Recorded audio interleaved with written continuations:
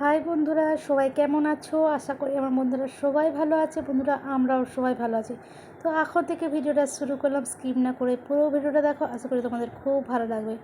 তো সবাই অবাক হয়ে যাচ্ছে, তাই তো, যে কি করছে, গ্যাস পরিষ্কার করছে। হ্যাঁ, বোন আজকে বাড়ি চলে যাবে, যার কারণে কি বলতো, ওর যে নিরামিষের যে গ্যাস কড়া বাসন টাসন সমস্ত কিছু ধোয়া পাগলা করে তুলে রেখে দিয়ে যাবে।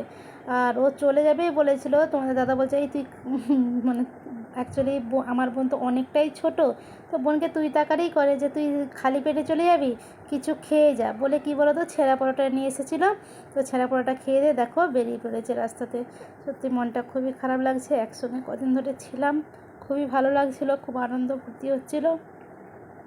ছেলেগুলো সবসময় মাসি মাসি করছিলো, সত্যি খুব ভালো লাগছিলো।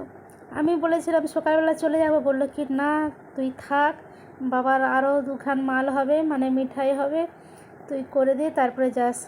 তো বললো যে তুই থাক দিদি, আমি আজকে চলে যাই বলে ও চলে যাচ্ছে। আমারই আগে চলে যাওয়ার কথা ছিল। তারপর ছোট ছেলে বললো যে মেসো তুমি আমাকে দিতে চলো। ছোট ছেলেটা এত মানে কি বলবো, মায়াই গো মায়াই, বুঝেছো তো, মানে মাসিকেও চাই মেসোকেও চাই। মা ঘরের ভিতরে কী কাজ করছিলো, ছুটে এসে মা আবার টাটা করছে।